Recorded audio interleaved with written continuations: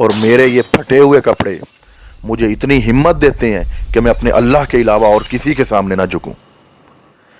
دو عالم سے کرتی ہے بیگانہ دل کو، عجب چیز ہے لذت آشنائی.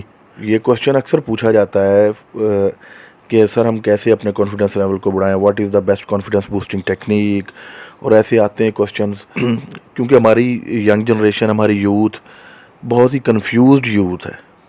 آپ تو پوچھتے ہیں کہ کیا ٹیکنیک ہے، what is the best confidence boosting technique. تو میں اسے ٹیکنیک نہیں کہوں گا، وہ ایک پروسیس ہے، وہ ایک لائف سٹائل ہے جس کو آپ اپنائیں گے تو آپ کا کانفیڈنس لیول جو ہے وہ زمین سے اٹھ کے آسمان تک جا پہنچے گا.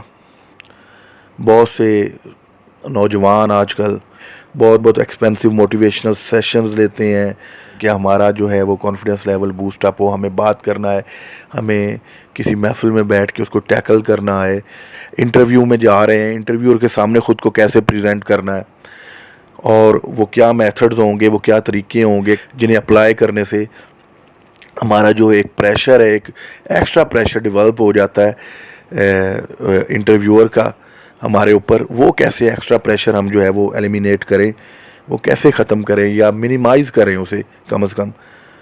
تو اس چکر میں، اور پھر یہ موٹیویشنل سپیکرز جو ہیں، میں کہوں گا وہ موٹیویشنل سپیکر ہو ہی نہیں سکتا کہ جو دنیا کی نظر سے انسان کو موٹیویٹ کرے. جو اس کے سامنے دنیا کی ایگزامپلز پیش کی جاتی، مجھے سمجھ نہیں آتی کہ وہ خود کو دنیا کی ایگزامپل سامنے رکھ کے کیسے موٹیویٹ کر سکتا ہے. وہ ایگزامپلز خود قصہ پاری نہ ہو گئے. 20-30 سال کی زندگی ان کی چھوٹی سی ایک موٹیویشنل سٹوری سنا کے موٹیویشنل سپیکرز موٹیویٹ کرتے ہیں، اور پھر کہ یہ ایسا تھا، آپ اگر ایسا بننا چاہتے ہو تو اپنے اندر کا ڈر ختم کرو. اندر کے ڈر ایسے نہیں ختم ہوتے،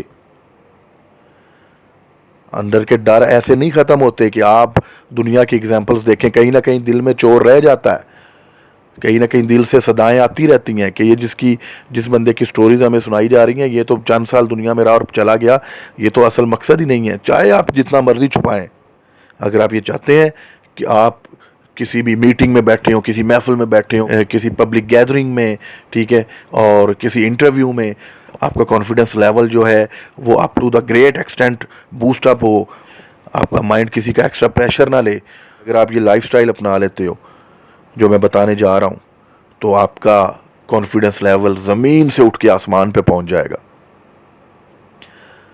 اور آپ یہ پھر جو جابس کے لیے چھوٹے چھوٹے انٹرویوز سے گھبراتے ہو، بالکل ختم، ایکسٹرا پریشر ایلیمینیٹ ہو جائے گا آپ کے مائنڈ سے. تو وہ کیا ہے کہ چھوٹے چھوٹے خداؤں سے منہ موڑ لیں. خدا را آج مسلمان نوجوان کو اپنی پہچان نہیں ہے، آج مسلمان نوجوان آئیڈینٹی کرائسس سے گزر رہا ہے، اور یہی وجہ ہے کہ اپنی پہچان کرو. خدا را آپ کو اپنی پہچان ہو گئی نا جس دن، آپ کا کانفیڈنس لیول زمین سے اٹھ کے آسمان پہ پہنچ جائے گا. اور چھوٹے چھوٹے خداؤں سے جس دن آپ نے منہ موڑ لیا، اب چھوٹے خدا کون ہوتے ہیں؟ ایک مسلمان جب دنیا کے چشمے سے دیکھے گا، اور جب اپنی پینٹنگ ڈرا کرے گا دنیا کے کینوس پہ، پھر کانفیڈنس لیول اس کا بوسٹ اپ ہو ہی نہیں سکتا. تو اس کا مائنڈ کیا بنا ہوا ہے، مائنڈ میک اپ کیا ہوا ہے، بچپن سے سن کے دنیا کہ یہ انٹرویور نے جاب دینی ہے، اس سے پیسہ ملنا، یہ خدا ہے. یہ تو ایک مشنری مخلوق ہے. رزق تو ایک بڑی چھوٹی سی ضرورت تھی جسے اس نے مقصد بنا لیا. یہ تو بہت بڑے مشنز پہ آیا ہے. لیکن آپ کے یہ جو بے جا خوف ہیں، یہ بے جا خوف ہی تو آپ کے چھوٹے چھوٹے خدا ہیں. یہ حق کی بات کی تو یہ بگڑ جائے گا مجھ سے رشتہ، یہ بات سیدھی کی تو باس ناراض ہو جائے گا. نہ رزق باس سے آتا ہے، نہ رزق کسی رشتہ دار سے آتا ہے، نہ رزق کسی دنیا دار سے آتا ہے، نہ رزق کسی پیسے والے سے آتا ہے. تو یہ جو خوف جب آپ نکالنے میں کامیاب ہو جاؤ گے تو انشاءاللہ اس دن آپ اپنے دل میں یہ سارے چھوٹے چھوٹے خداؤں کے بت توڑنے میں کامیاب ہو جاؤ گے. اور پھر آپ دیکھو گے کہ آپ کسی بھی محفل میں بیٹھے ہو، حق بات کرتے ہوئے آپ گھبراؤ گے نہیں. آپ کو پتا ہوگا میرا ایک ہی خدا ہے، وہ اللہ ہے، اور میں اگر اس کے لیے بول رہا ہوں، اگر میں وہ بات کر رہا ہوں جس سے میرا اللہ راضی ہے، تو پھر کوئی بھی خدا چھوٹے چھوٹے ناراض ہوتے ہو جائے، مجھے فرق نہیں پڑتا. پھر دیکھیے گا آپ کا کانفیڈنس لیول کیسے بوسٹ اپ ہوتا ہے.